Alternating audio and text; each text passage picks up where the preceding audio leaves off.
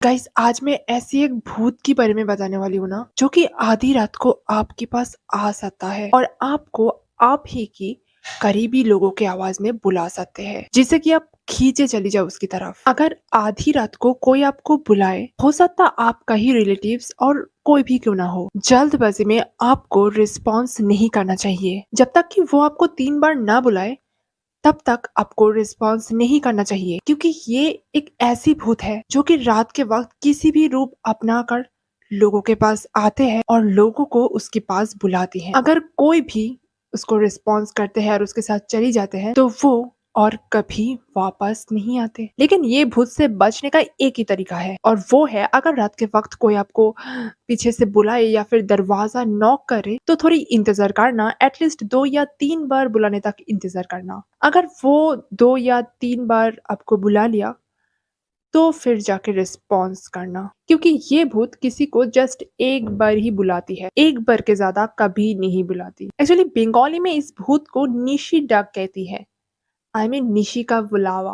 और गाइज आज मैं ऐसी एक लड़की के बारे में बताने वाली हूँ ना, जो कि इस निशिदा को रिस्पॉन्स किया था और उसके साथ एक जगह पर चली भी गया था, और उसके बाद उसके साथ क्या हुआ, वो वहां से कैसे बचकर निकला, आज मैं यही कहानी आप लोग को सुनाने वाली हूँ। गाइस ये कहानी बहुत ज्यादा डरावनी होने वाली है, तो चलिए और बिना किसी देर के आज का कहानी स्टार्ट करते हैं। नताशा और मिशमी 13 साल की दो लड़कियां, बचपन से दोनों बहुत अच्छे दोस्त हुआ करते थे, एक साथ एक ही स्कूल में पढ़ते थे और दोनों ही बहुत ही एक्सट्रोवर्ट टाइप का लड़कियां था। एवरी टाइम दोनों मिलकर बहुत ही मौज मस्ती करते रहते थे। दोनों ही गाँव में रहते थे, मतलब गाँव का लड़कियां, इसीलिए गाँव में बच्चों के जितने सारे फैंटासी होते हैं वो सब कुछ करते थे। लाइक कभी कभी फिशिंग करना, कभी कभी दूसरों की पेड़ों से फल चुराना और ऐसे बहुत सारी चीज करते थे। तो गांव में एक आदमी था जिनका घर के पास बहुत ही बड़ा सा एक आम का पेड़ था, लेकिन उस आदमी गांव में किसी को भी उस पेड़ के आसपास जाने नहीं देते थे और ना उस पेड़ से फल लेने देते थे।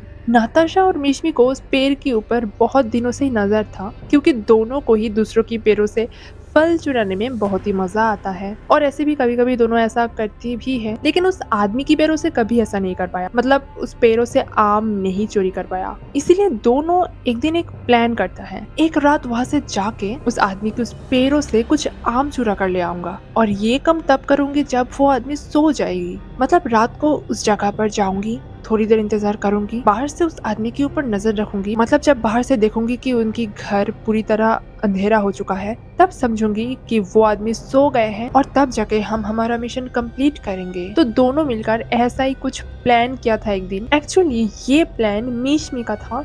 मिशमी नताशा को ये प्लान के बारे में बता रहा था, और नताशा भी बहुत ही एक्साइटेड हो गया था, और दोनों मिलकर एक डेट भी फिक्स्ड किया। तो नताशा मिशमी को कहती है कि ठीक है, तो तू कल शाम को मेरे घर चली आना। उसके बाद दोनों मिलकर वहां से चली जाएंगे, और जब सब कुछ सुनसान हो जाएगा तब जाके हम हमारा काम करेंगे। तो उस दिन ऐसा प्लान करके दोनों का घर चली गया था। तो जिस दिन ये सब प्लान करके दोनों का घर चली गया, उस दिन ही रात 11 बजे नाताशा उसकी घर में सो रही थी, लेकिन अचानक से नाताशा ने सुना कि बाहर से कोई उसको पुकार रही है, और एक बार सुनते ही नाताशा जाके दरवाजा खोला और देखा कि मिशमी बाहर खड़ी हुई है। मिशमी को देखकर नाताशा ने कहा, अरे तू आज ही चली आई, आज का तो प्लान नहीं था, काल का प्लान था। आई मीन काल जाने का बात हुआ था, और तू आज ही चली आई, और इतनी रात को, रात 11 बजे यार। लेकिन अजीब सी बात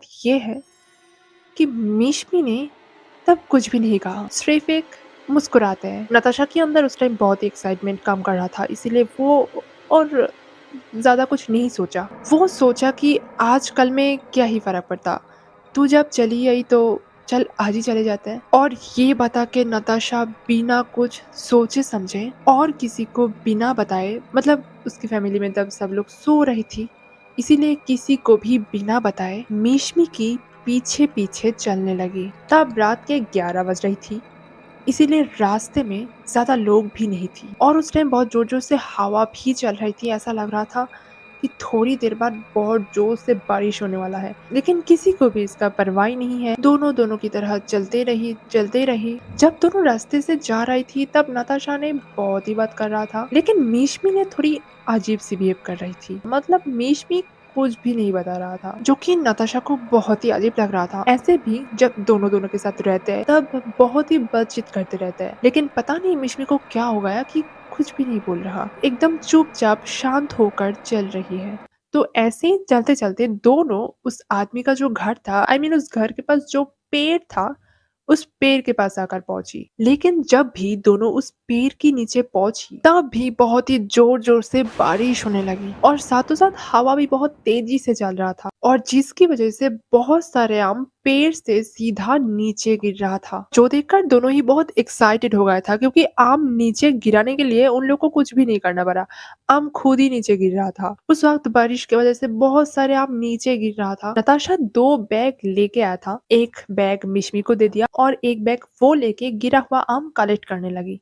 बैग में भर रही थी। बहुत जोर जोर से बारिश हो रही थी और दोनों बारिश के अंदर ये सब कर रही थी। मिशमी भी नताशा के साथ आम कलेक्ट करना स्टार्ट कर दिया। जब दोनों गिरा हुआ आम कलेक्ट कर रहा था तब मिशमी नताशा के ठीक सामने था, मतलब सामने गिरा हुआ आम सब बैग में भर रहा था, और तब नताशा की नजर मिशमी की पैरों पर पड़ती है, और पैरों पर नजर पड़ते ही नताशा की रूह कांप गई। नताशा ने देखा मिशमी का पैर नॉर्मल पैर की तरह नहीं, एकदम उल्टा, और ये देखकर नताशा की पूरे शरीर कांपने लगी और उसी वक्त उसे कुछ भी समझ नहीं आ रहा था, क्या ये सब क्या हो रही है और वो जो देख रही है क्या ये सच है, उसे अब क्या करना चाहिए, उसे कुछ भी समझ नहीं आ रहा था। फिर भी हिम्मत जुटाकर नताशा मिशमी को पीछे से आवाज दिया, लेकिन मिशमी नताशा की तरफ देखा भी नहीं और ना कुछ जवाब दिया, सिर्फ बैग के अंदर आम भरने में बिजी था।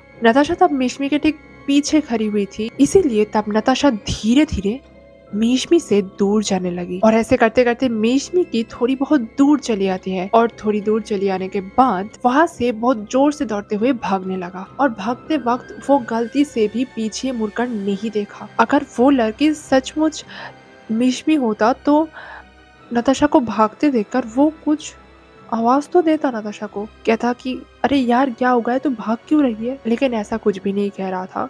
मतलब नताशा ने भागने के वक्त ऐसा कुछ भी आवाज नहीं सुना। भागते भागते सीधा नताशा उसके घर में आकर पहुंची, मतलब भागने के वक्त रास्ते में बिल्कुल भी नहीं रुका और बिल्कुल भी पीछे मुड़कर नहीं देखा। अगले दिन जब मिशमी नताशा के पास आते हैं तो पहले तो नताशा मिशमी को देखकर बहुत डर जाता है, लेकिन बाद में मिशमी को सब कुछ बताती है, जो सुनकर मिशमी भी बहुत शॉक्ड हो जाती है और कहती है कि वो सचमुच कल रात उसके पास नहीं आया था, और नताशा को ये बात बहुत ही शॉक्ड कर दिया था। तो बात ये है कि कल रात अगर मिशमी नताशा के पास नहीं आया था तो फिर कौन आया था? अगर कुछ और चीज होता, भूत या ऐसी टाइप का कुछ, तो नताशा को कुछ क्यों नहीं किया, छोड़ क्यों दिया? गाइस, इस घटना के बाद नताशा और कभी भी रात के वक्त किसी की बुलाने पर नहीं जाती। उसे अभी भी उस रात के बारे में सोचकर बहुत ज्यादा डर लगते हैं। उसको पता नहीं कि अगर उस रात वो वहां से नहीं भाग जाते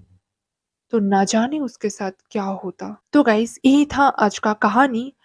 अगर कहानी अच्छी लगी तो इस वीडियो को एक लाइक और इस चैनल को एक सब्सक्राइब कर देना, और हाँ, रात के वक्त किसी की एक बार बुलाने पर जवाब मत देना।